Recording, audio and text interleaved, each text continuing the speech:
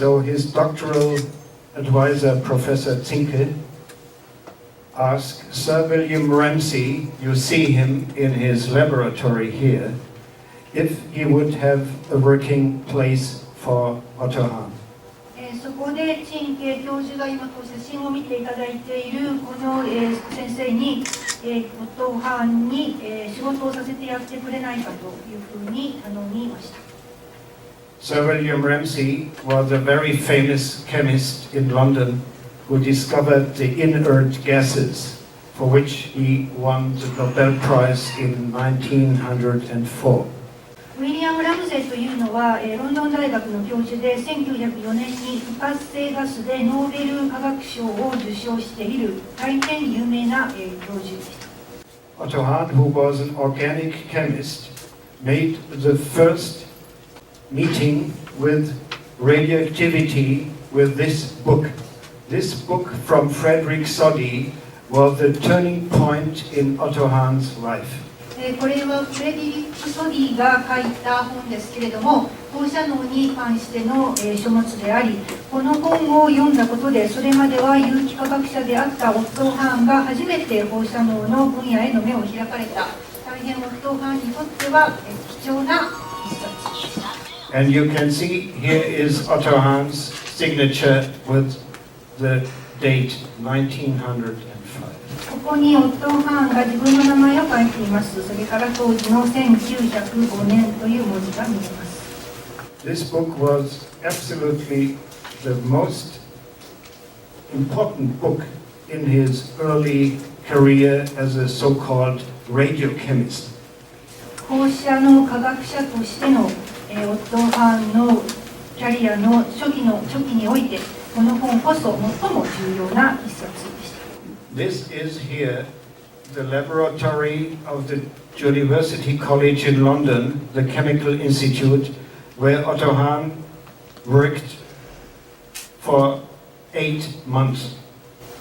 この実験所、ユニバーシティカレッジロンドンにあります科学研究所でオットー・ハンは8ヶ月ほど研究をいたしました。And in early 1905, Otto Hahn discovered his first element, and Ramsay was so excited that he invited the London press.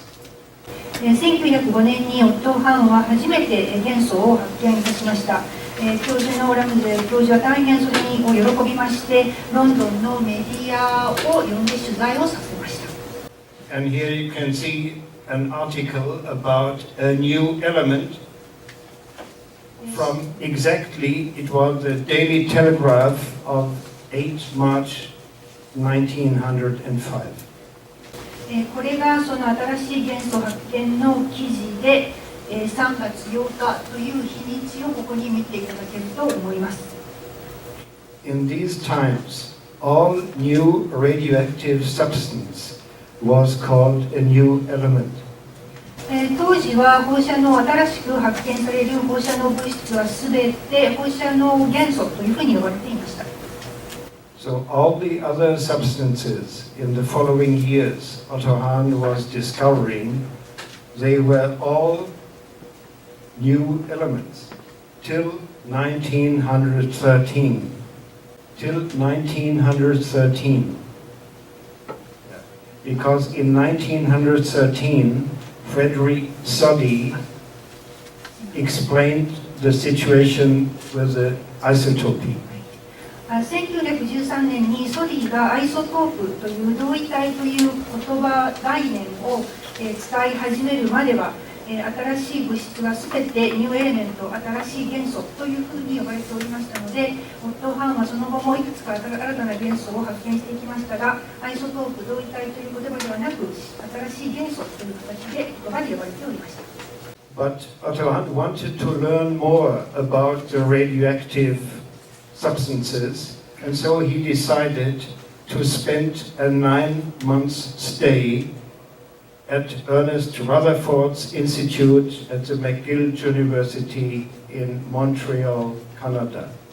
オットー・ハンはさらに放射能物質について研究をしたいと考え、カナダのモントリオールマクギル大学にいるラザフォードという教授のもとで9ヶ月、研究を進めることになりました。Here you see Ernest Rutherford with his students and collaborators and Otto Hahn in the middle. これがオット・ハーンです。そして、下にいらっしゃるのがアーネスト・ラザフォード教授、彼の学生や仲間たちとの写真でした。Here you see Ernest Rutherford together with his apparatus for alpha rays. And in Montreal, Otto Hahn learned together with Rutherford to work with alpha rays. モントリオールではオット・ハンはラズフォード教授とともにアルファ線の研究をいたしました。この写真はその研究のために使われた記事を示しています。In 1907, well, I have to tell you, in Montreal, Otto Hahn discovered 3 new substances, in this time all new elements, but they were only isotopes. 1907年、モントリオールでいる間にオット・ハンは3つの新しい元素を発見しておりますが、これらは全て同位体です。In 1907, he returned back to Berlin to work in the Chemical Institute under Emil Fischer, who was the first German who received the Nobel Prize for Chemistry 1902. 1907年にオット・ハンはベルリンに戻ります。そして今度はエミー・フィッシャー、彼は1902年に初めてドイツ人としてノーベル化学賞を受賞した人物ですが、彼のいる科学研究所で仕事をすることになりました。And in 1907, he met a young Austrian physicist called Lise Meitner. She wanted to stay maybe 1 year in Berlin, but then she stayed almost 31 years in Berlin. 1907年、オット・ハンはまたオーストリア出身のリーゼ・マイトナーという物理学者とも巡り合っています。彼女は1年だけベルリンで勉強しようと思ってきていたようですが、結局は31年ベルリンにとどまることになりました。And they too worked in this Chemical Institute of the University of Berlin from 1906-7 to 1912. 1906年から1917年、12年まで、ここで2人が、仕事をしたということが書いてあります。Here you can see Otto Hahn and Lise Meitner in their laboratory in the year 1909. 1909年、オット・ハンとリーゼ・マイトナーの実験室での写真です。They were the ideal scientific team because he was a chemist, she was a physicist. 2人は科学者チームとしては最高のものでした。というのも、オット・ハンは科学者、リーゼ・マイトナーは物理学者だったからです。In 1909, Otto Hahn made a very important physical discovery, the so-called radioactive recoil, who was also later essential for the physical proof of nuclear fission. 1909年、オット・ハンは大変重要な物理的な発見をしています。それは放射性反調というもので、これは後の核分裂の分野で非常に重要な発見でした。Otto Hahn was proposed several times for the Nobel Chemistry Prize, and this discovery was one of these 5 nominations.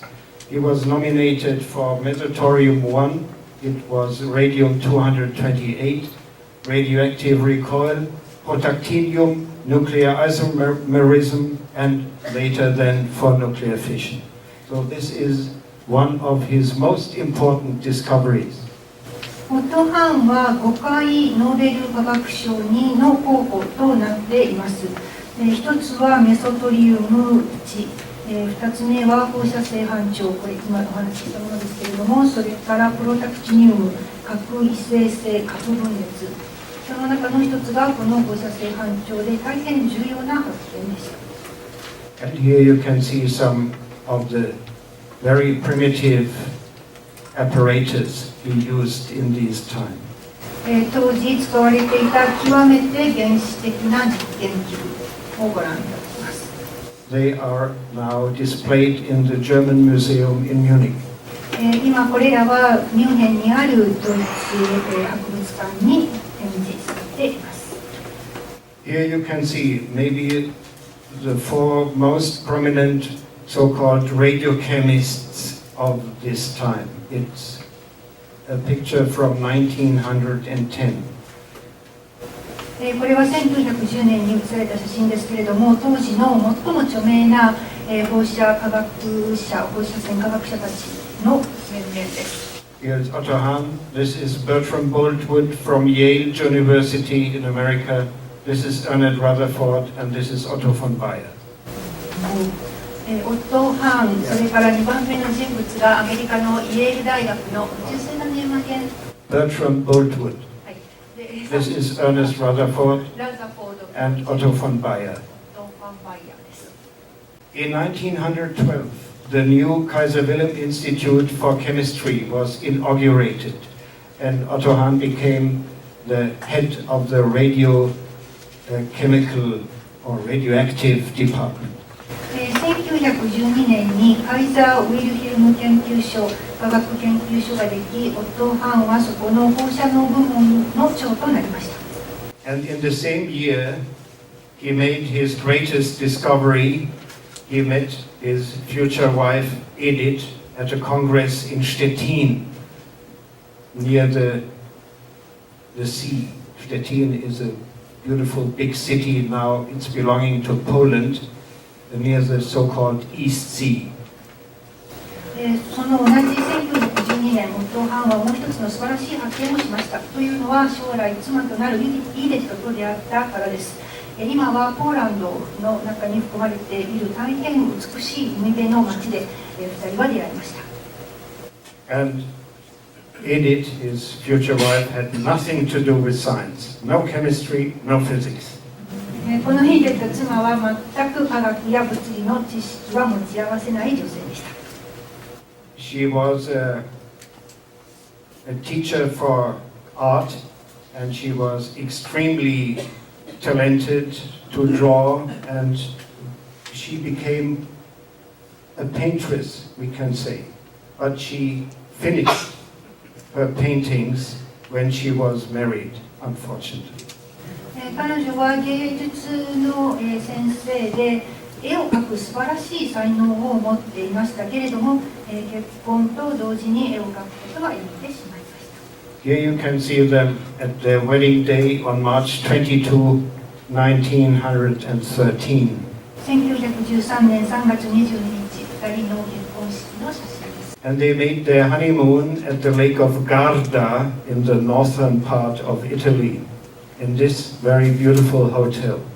この美しいガルダ湖畔のホテルに2人は泊まり、これイタリアにあるんですけれども、ここにハネムーンに出た。And in 83, commemorating the 17th anniversary of their honeymoon, the owner of this peninsula and the mayor of Garda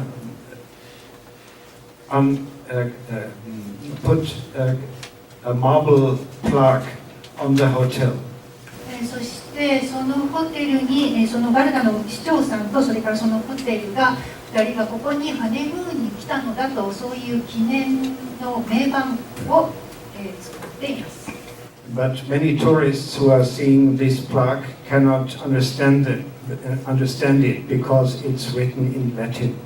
しかしこれはラテン語で書いてありますので、これを見る旅行者たちはちょっとその意味がよく理解できないというような。But in Italian, in Italy, they do it. They prefer to write plaques like that in Latin. しかしイタリアではこうした銘板をラテン語で書くことが好まれていますので、イタリアではよくあることです。Here you can see the honeymooners in the evening. ハネムーンの2人の夜の